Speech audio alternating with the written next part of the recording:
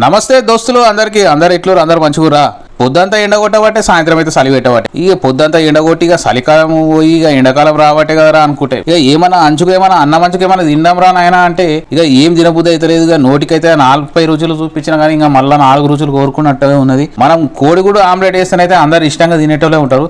ఇక ఎట్లా చేద్దాం అంటే సింపుల్ గా చేసి చూపిస్తాం. ఇక రాండి చేసేద్దాము. ఇక ఒక ఉల్లిగడ్డ తీసుకొని ఇక ఉల్లిగడ్డ కోసిన ఒక మిరపకాయ తీసుకొని మంచిగా చిన్న చిన్న ముక్కలు చేసుకొని గిన్నెలు వేసుకొని ఇంత కారము ఇంత పసుపు ఇంత ధనియాల పొడి ఇంత గరం మసాలా ఇంత ఉప్పు వేసి మంచిగా కలిపేసుకొని ఇంత కారం కూడా వేసుకొని రుచికి తగ్గట్టు ఎక్కువ తినోళ్ళు ఎక్కువ వేసుకొని తక్కువ తినోళ్ళు తక్కువ వేసుకొని ఇక ఒక్కసారి అయితే మంచిగా మిక్స్ చేసేసి ఇక 2 గుడ్లు కొట్టి పోసి ఇక పెంక మీదనైతే పోసిన పెంక మీద పోసినాక ఇక పైన మీద ఒక పళ్ళం బోర్లు ఇచ్చేసి చిన్న మంట పెట్టి చిన్న మంట మీద వేసినాక ఇక తీసి మళ్ళీ ఒక్కసారి అటు తిప్పేసి ప్లేట్లు వేసుకొని కమ్మగా తింటుంటే ఆహా ఇంత కమ్మగా ఉన్నదిరా.